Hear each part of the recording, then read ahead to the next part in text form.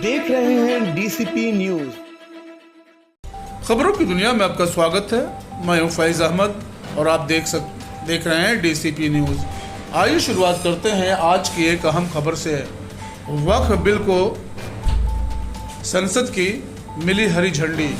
लोकसभा के बाद राज्यसभा में भी हुआ बिल पास। पक्ष में पड़े 128 वोट। राष्ट्रपति की मुहर लगने के बाद लागू हो जाएगा ये कानून। जौनपुर वक्फ बिल को सांसद की हरी झंडी। लोकसभा के बाद राज्यसभा में भी पास हुआ है।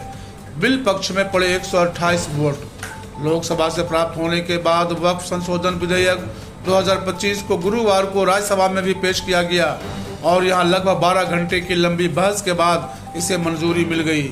इस बिल के पक्ष में 128 वोट पड़े जबकि 95 वोट बिल के विरोध में आए।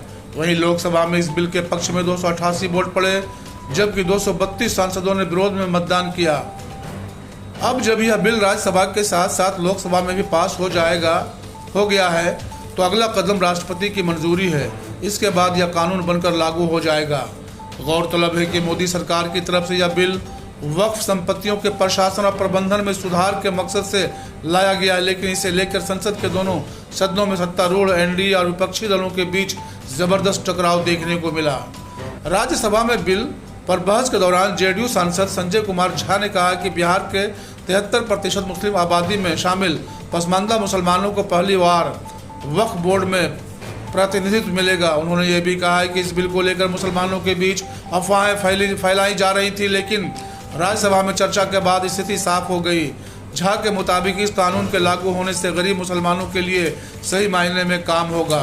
पूर्व प्रधानमंत्री एच डी देवगौड़ा ने राज्यसभा में इस बिल को खुलकर समर्थन किया।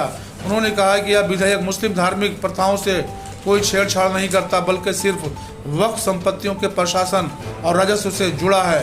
देवगौड़ा ने बताया कि भारत में वक्फ बोर्ड के पास 8.7 लाख संपत्तियां और 9.4 लाख एकड़ जमीन है, जिसकी अनुमानित कीमत 1.2 लाख करोड़ रुपए है, लेकिन इसे कुछ ताकतवर लोग अपने फायदे के लिए चला रहे थे। बिल के ऊपर चर्चा के दौरान कांग्रेस नेता मल्लिकार्जुन खड़गे ने इस बिल का जबरदस्त विरोध करते हुए कहा है कि यह अल्पसंख्यकों को परेशान करने की साजिश है। उन्होंने कहा कि 1995 के वक्फ अधिनियम में कोई बदलाव नहीं किया गया था, तब बीजेपी को कोई दिक्कत नहीं थी। खड़गे ने कहा कि इस बिल में सर्वेक्षण आयुक्त और अतिरिक्त आयुक्त को हटाकर कलेक्टर को जिम्मेदारी देना मुसलमानों के लिए नई मुश्किलें खड़ी करेगा। दुर्गा प्रसाद यादव के साथ मिथिलेश यादव की खास रिपोर्ट, डीसीपी न्यूज, जौनपुर।